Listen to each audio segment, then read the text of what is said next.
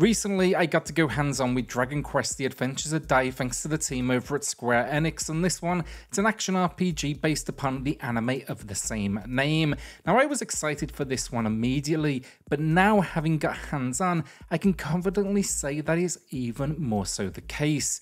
Let's talk about why, what it's all about, what I experienced, what I hope for from the Switch build, and of course my initial impressions. My name's Alex, so this is SwitchCorner, and if you do enjoy the video today, consider subscribing.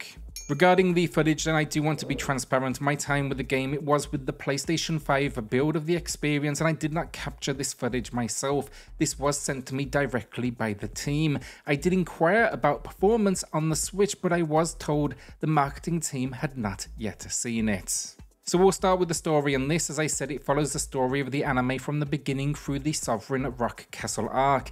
That is roughly 41 episodes of what was a 100 episode run that started airing in 2020. Now the manga it's based upon was released in 1989, and it's also worth knowing there was a 1991 anime as well that ran for around 40 episodes.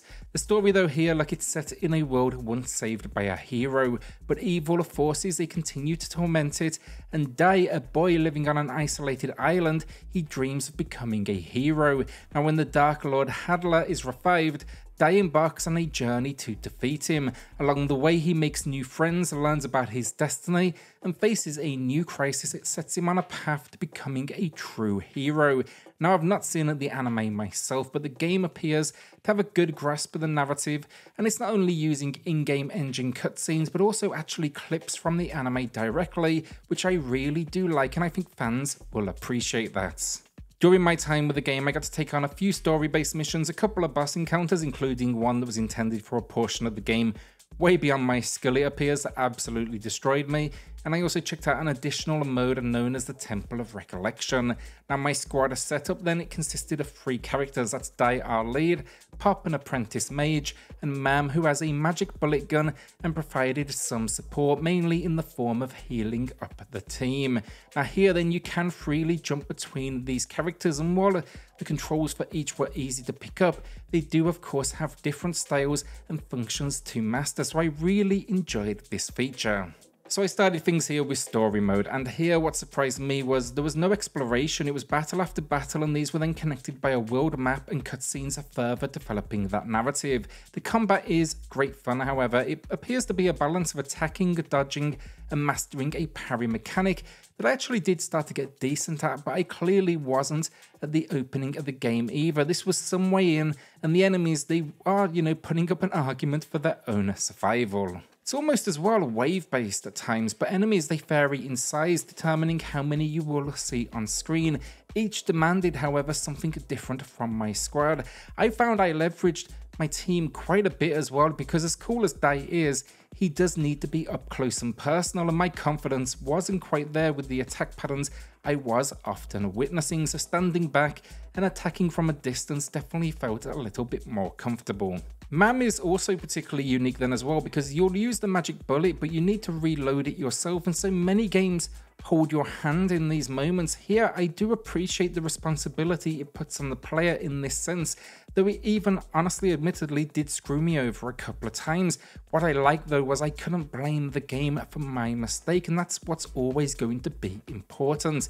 I'm also excited to dive deeper into the game as well, because Mam will change her battle style as we get into the narrative, and she'll actually change to a martial artist to support whatever action lies ahead of us. So I'm curious to really see how that works. Will we give up a control scheme for something brand new midway through the experience? That is incredibly unique, and I can't name a game off the top of my head that's ever tried something like it.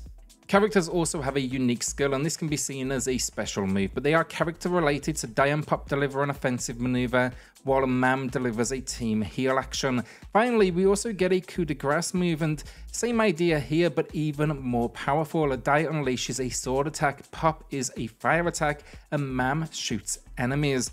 These are accompanied then by some seriously impressive animations, and they can't be used consistently. As a warning, do not think you're just going to spam everybody here. You must build up a gauge first to use these different special abilities. Now, I did die a few times during my time with the game, one in the initial moments, just getting to grips, with the controls. The second, the boss that started to introduce some more unique attack patterns. I had a lack of items in this moment, that's what I am blaming, but nothing prepared me for one boss, the one where they jumped me ahead, that was Flazzard. I had a fair few health options available, and he still absolutely destroyed me. Now, I won't reveal much, but I had projectiles not only coming towards me, but from above and below, and on the day, they had about 16 people coming through to check it out, and only 2 individuals managed to defeat him. I thought I was holding my own in this moment, but I definitely wasn't one of them, so I'm really curious to now see where the bosses do escalate from here. So alongside all of this action, then of course the RPG elements of the game, and while they did much of the setup for me, I could see there would be a wealth of options for us to manipulate. It seems to be between battles, we do almost get a setup screen. Think everything from character leveling to equipment to buffer options. I did take a quick peek as well, and it looks relatively comprehensive, ensuring yes, a lot of this game, it appears, will be massive battles, but you will still need to be strategic in how you set up and approach them. A particular focus is being placed then on what is known as bond memories, and these we can collect and equip them to augment the abilities and stats of the squad. If you do unlock one of these as well, it's actually going to be accompanied by scenes from the original manga, so that's kind of like an extra dash of motivation. Outside of the story mode then, and the boss battle that I jumped ahead to and got destroyed in, I also checked out the Temple of Recollection, and this, really excited for it. It's a mode where you play through over 100 room combinations, you battle it out, and every few levels there is some sort of boss encounter. The monsters and the traps though will change every time you visit, and the idea here is battle through this maze for reward, and this can then be carried over to the story. Should you get to one of the boss encounters, however, and you do win, you will get the option to leave with the items you found. So what do? Do you carry on and risk everything you've collected this far? If you die, you basically lose it all, or do you leave before it is too late? The final room promises a big reward, and I'm a sucker for that sort of thing, so I went for it. And I'm sure they were happy to see me die as I was quickly running out of time. So with the gameplay this far, I'm impressed. It almost gave me a feel of an arena brawler at times, but not in the sense of easy to pick up and play combat, but rather it's heavy on the narrative but still filters you immediately from fight to fight. The action is, however, in depth. It demands strategy. The characters have a nice variety in their movesets, each feels incredibly unique, and transitioning freely between them at any point gives it a nice sense of freedom. Specials then are incredibly rewarding, and now I just can't wait to dive into the RPG elements, as the character setup appeared to be, as I said, relatively in depth, and it promises to constantly evolve thanks to those bond memories.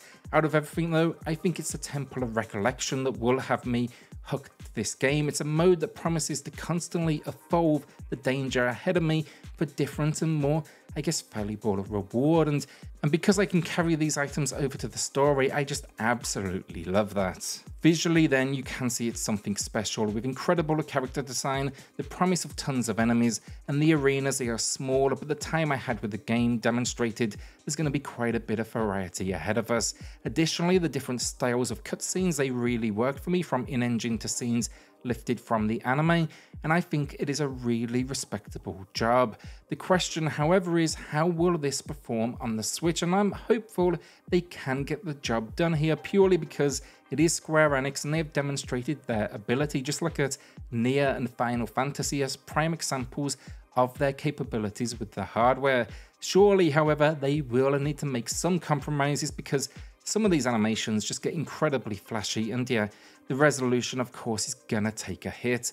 The only thing I urge them to do is, I don't think 60 FPS will be a reasonable expectation for this game on the system, so go for 30 and lock it out, because I promise you, an unlocked frame rate in a game like this that bounces between 30 and 60 would just prove incredibly difficult and incredibly frustrating. So I just quickly want to touch on audio then as well, because I think many will be happy to hear this. They gave me an option open in the game, English or Japanese. Both are fully voice acted by the original cast, and I think that is a great thing to see. This then as well, it was backed up by some fantastic attack sound effects, and the music that I did hear, it was definitely impressive. So overall, Adventures of Dai had my attention. Now I'm more excited than ever. I want to see where this story goes. I want to see how the characters evolve, and I want to overcome the Temple of Recollection. I'm going to be jumping in day one myself, and hopefully I'll have coverage here on the channel come launch day as well. Now if I had any concerns, gotta say that performance, just look at it, and I'm hoping the RPG elements become a priority and it doesn't simply devolve into non-stop action, because it's gonna need that balance to keep it fresh. So far though, we are on to a winner in my opinion, and I cannot wait now to learn more about it over the coming months. So will you be checking this one out? Let me know in the comments. With that, hit subscribe, join us here for reviews, deals, news and lists daily, and I'll see you all on the next video. Thanks everyone.